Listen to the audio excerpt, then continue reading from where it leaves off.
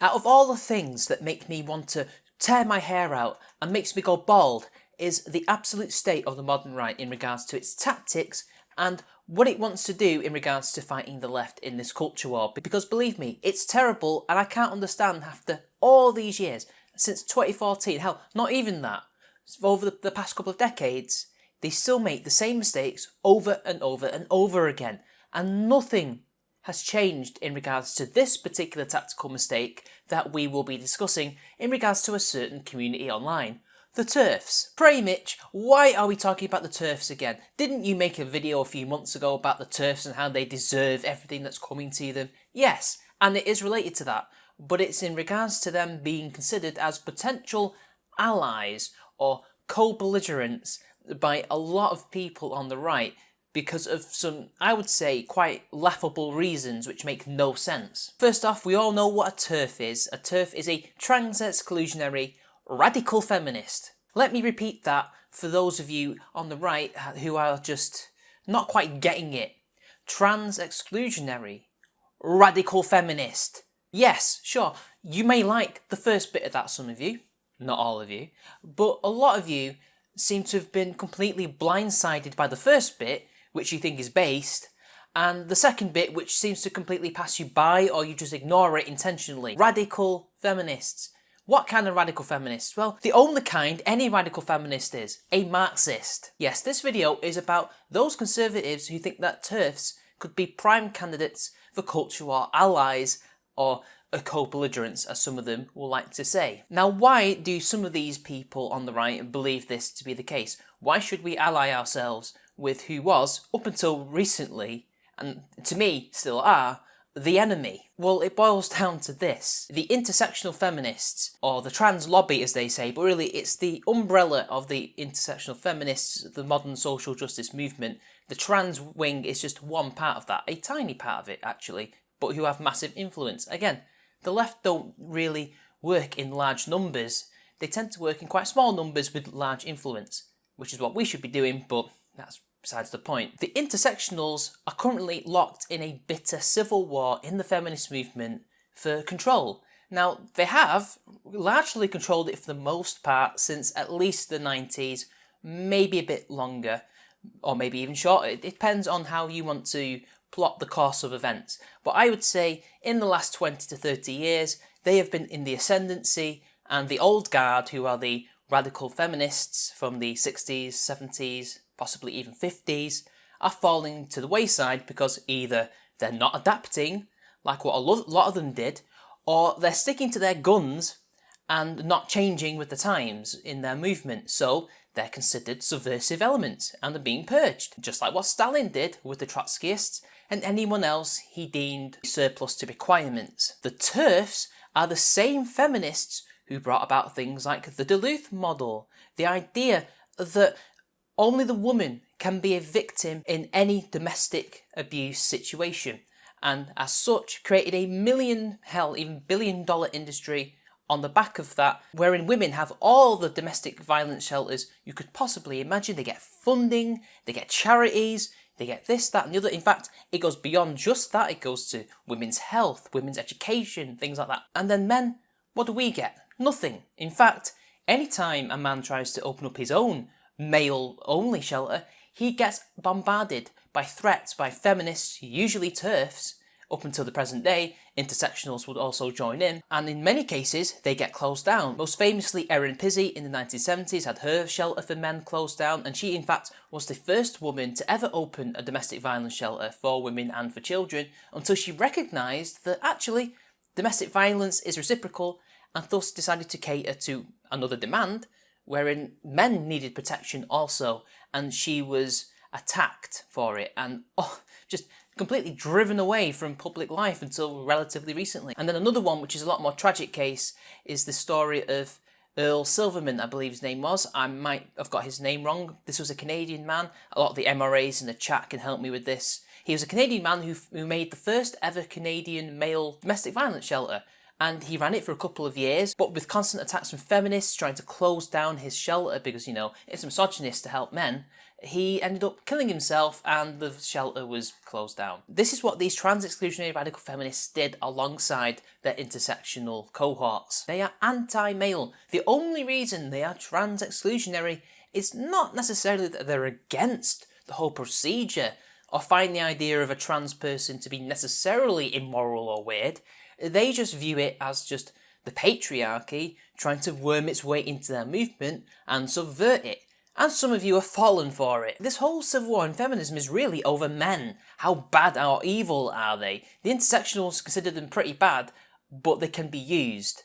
And I guess in their weird logical conclusions, they don't mind if a man becomes a woman because then he becomes a woman and he's no longer a threat, I guess. And as for trans men, I don't really get it. Maybe they think that trans men are the ideal man. And that's probably why they, alongside the TERFs, have advocated for the destruction of masculinity, or at least the reconstruction of it. The TERFs don't see that at all. They think all men are evil. They think that this is a male ploy to attack them, to take back the stuff that they apparently won, their rights.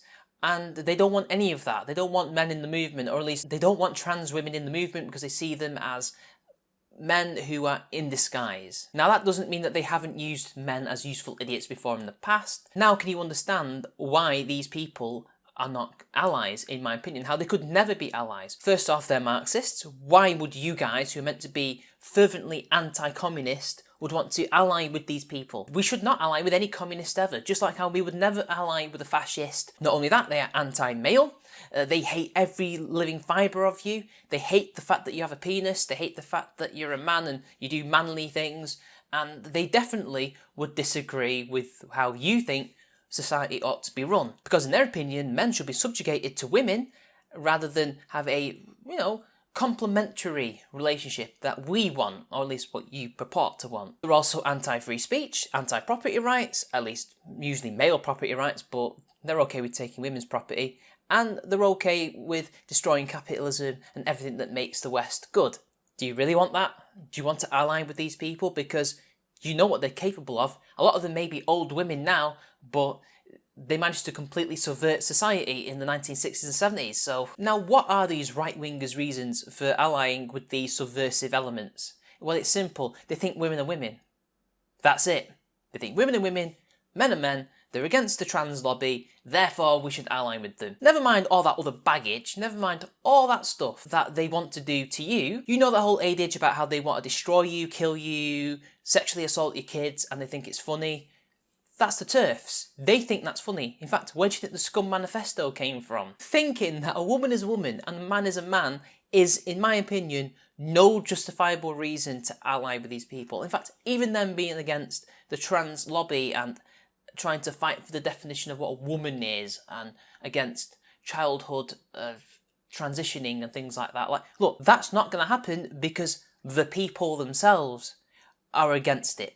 And they're against it in such numbers and actually in such force that the trans lobby and the intersectionals will not be able to get that passed. Because remember, they have to some extent be able to convince the public that it's a good thing. They've already convinced the public that adults are able to do this, but they're not able to convince anybody else that children can, because we all know what children are like. There are some things that most people cannot be convinced on, and that is one of them, in my opinion. That battle is an unwinnable one for them. We don't need the TERFs to do that. We don't need the TERFs to tell us this. We don't need the TERFs to fight that.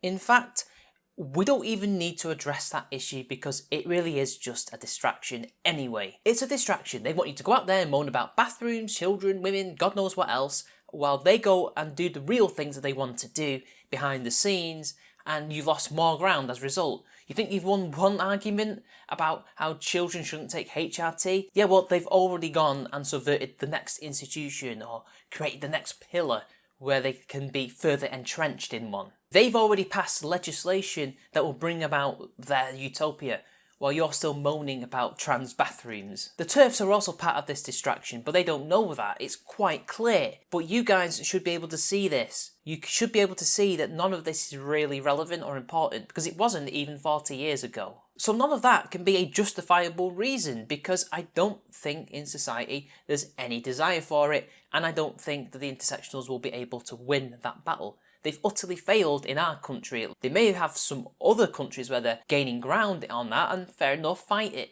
But in this country and in a lot of places in America, yeah, no, they don't want it. And even then, if they do manage to get legislation like that happening, like in Scotland where they're saying that, children can change their gender at a very young age, they're doing that in spite of what the people think. Because I can tell you, the average SNP voter doesn't agree with that. The SNP can do that because they've got a monopoly on power to such an extent that they can ignore what people think. Just like what the Tories are doing in regards to all the COVID stuff with their 80-seat majority. They don't care that the average Tory is a capitalist and prefers things privatised. They're going to help the NHS, they're going to nationalise the railways, they're going to do this, that and the other. They're going to introduce passports, which everybody is against except for the crazy leftists and the scared boomers, but they're going to do it anyway because they can. They've got the majority, and the party is just weak and everybody backs each other except for a few rebels. So what happens if we decide to ally with them finally? Let's say that the TERFs and the right combine together to form Captain Planet or whatever of the culture war, right? Let's say that happens and we beat the intersectionals, we beat the trans lobbyists, and, job well done. What do you think they're going to do? Well, I'll tell you what the right wing will do, or at least most of them who don't have a clue. The right will be, job well done, guys. You know what? We fought side by side with a friend, and you know what? We've done it. We've beat them. The world is saved. Let's go to the pub. What will the TERFs do, who are, let me say again, radical Marxist feminists? They're going to start subverting. They're going to turn on the conservatives and the right-wingers overall, and they're going to destroy them. They're going to attempt to destroy them. They're going to use all the power that they've accrued in this battle, because they'll have won back all the institutions from the intersectionals, because remember, the right don't know at the moment how to actually win back these institutions. So the right would be, in this hypothetical situation, helping the TERFs win the civil war. Then they will turn all these institutions onto the right. There will be yet more anti-male legislation. There will be more anti-right-wing legislation, all in the name of equality and for women's rights and minority rights and things like that. Because they're all a part of that stuff. They all like egalitarianism and stuff like that. They're just not intersectionals about it. That's all. There's actually not much of a difference between the two because, believe it or not, the TERFs influenced the intersectionals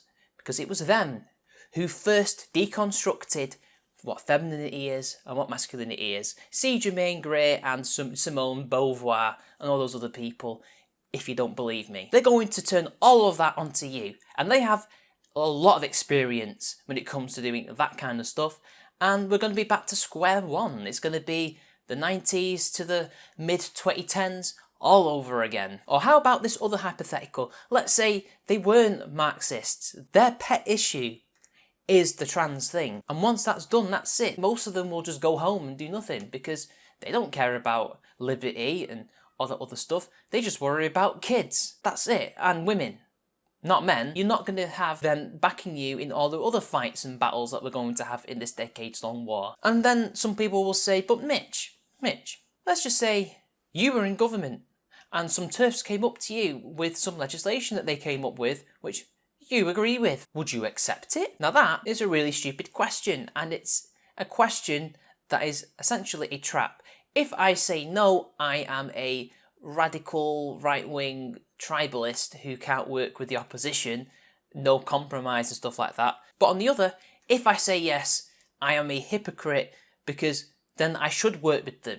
But in fact, in this hypothetical situation, they wouldn't even be in government because I will make sure that they don't. But Mitch, I hear you ask, if we can ally with the TERFs because they're anti-liberty, they're Marxists, they will destroy us if given the chance, they will backstab us, who can we ally with? Well, it's really simple, really, and it's something that anybody on this side really should figure out, and that is if they're just pro-liberty or not. That's it. The TERFs aren't pro-liberty. We know this. They say it on Twitter, they write books about it. They are the fundamental opposites of us. I don't care if one issue is somewhat similar to ours. By and large, they should be rejected because of their end goal. Like in my last video about uniting the right, the reason why you can't unite the right is because they have different ends and different means to achieve their goals. And that's the same with the TERFs. It's a bit like having a really nasty big snake as your pet. Yeah, it looks cool. You feed it every day, you think you're getting closer to it, then you notice it starts snuggling up to you in bed, only It turns out it's sizing you up because it wants to eat you. That is the TERFs with the right. Find the people who are pro-liberty. Find the people who really do want to make the world a better place, who want to preserve our values and freedoms, and actually maybe even create more freedoms. That would be much better than any TERF. If you want to get bogged down in the old guard fighting the new guard in feminism and, by extension, global homo, be my guest, because you're not going to win, because the new guard always wins, and you're going to find yourself in hot water. But you know what? If you want to ally with the TERFs, I'm not joining that. I'm sorry guys, it's the wrong tactical move to make. We should be better than that. In fact, we have the most golden opportunity in this culture war. We have the ability, we have the opportunity to strike two birds with one stone, no pun intended. We could let them fight each other to such an extent, we could fuel the flames.